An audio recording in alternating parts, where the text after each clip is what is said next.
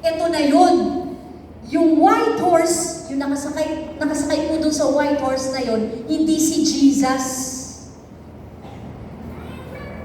But He is the Antichrist. Gets niyo po? Ang Antikristo ay darating para i-deceive ang marami. Peace, peace, peace. Akala mo peace, but it's not peace na galing kay Jesus. Hello?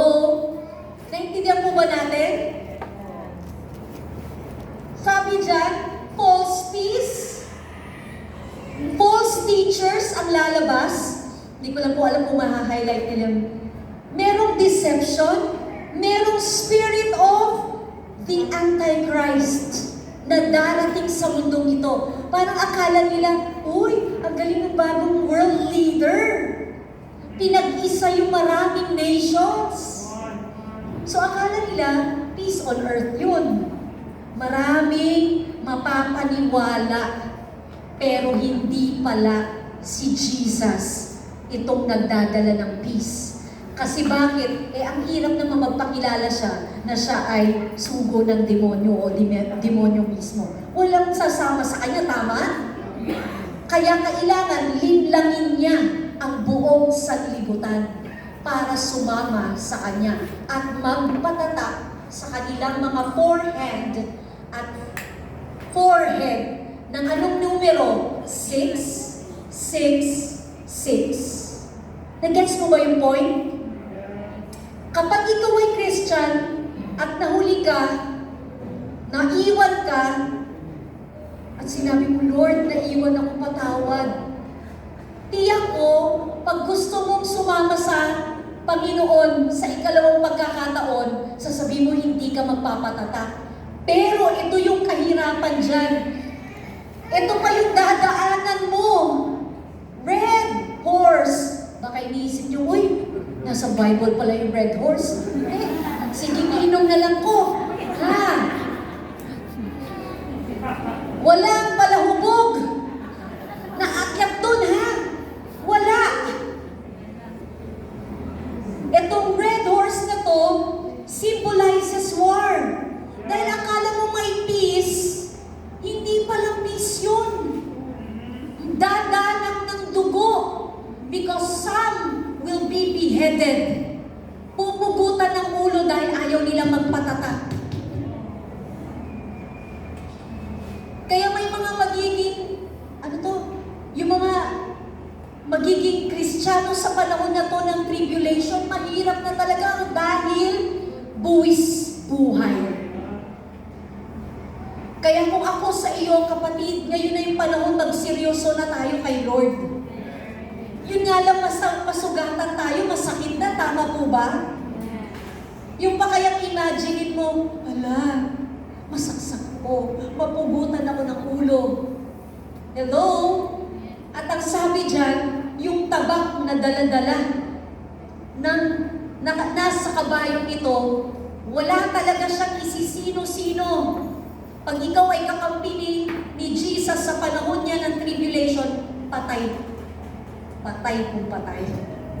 Naintindihan mo ba? Kaya wag mo nang asamin na mahuli ka pa.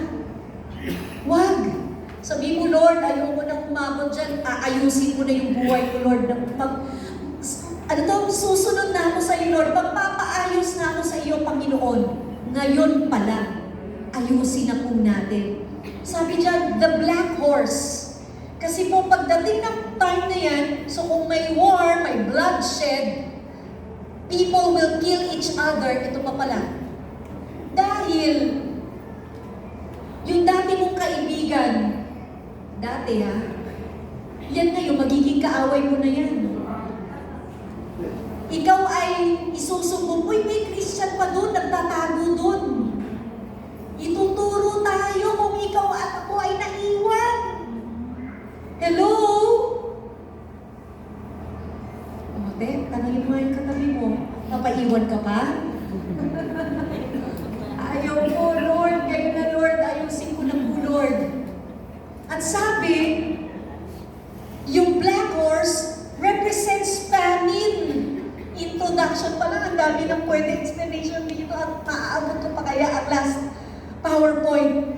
Pero sabi dyan, yung black horse na yan, dahil nga ayaw mo magpatatak, nagtatago ngayon ikaw.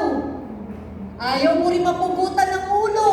Pero alam mo ba, darating ang panahon ng taggutom. Eh kung mahilig kang kumain ngayon, patay ang bulati mo sa tiyan.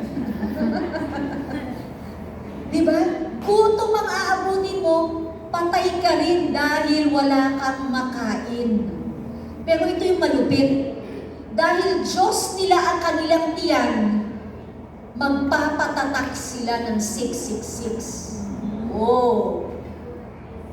Dahil ayaw mong magutom, ang gagawin mo ngayon, sige, magpapatatak na lang ako. Hihingi na lang ako ng tawad kay Lord. Hindi ka na makakahingi ng tawad once na meron ka ng marka ng beast. Naintindihan mo ba yun? Dahil pag-aari ka na nung nakatatak dyan. Hello? Huli na ang lahat para magsisi. Ano pipiliin mo? Mamatay na lang po sa gutom o yung may tataka ng demonyo? Pag-sure ha? Sure. Yung iba nagnanakaw, may masatisfy lang yung gusto, tama? Kaban-kaban, mali-maleta.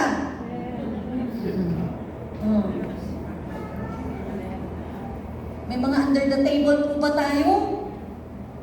We can never survive if that is our attitude. Aha. Kung ngayon pa lang, sa konting hirap, ayaw mo na, how much more sa panahon na ito. And last but not the least, na tinutukoy na horse dyan sa Revelation 6, ay yung pale horse. Mukha siyang green, mukha siyang gray,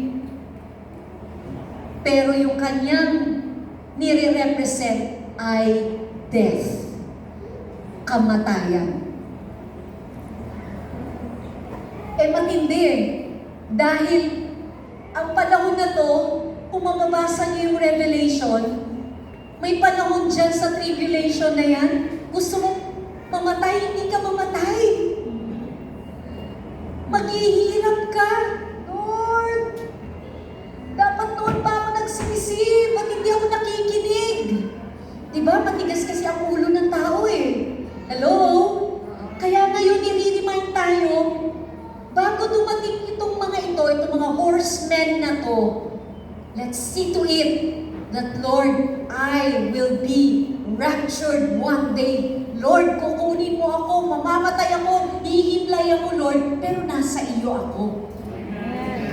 Hindi ako aabot sa panahon na ito.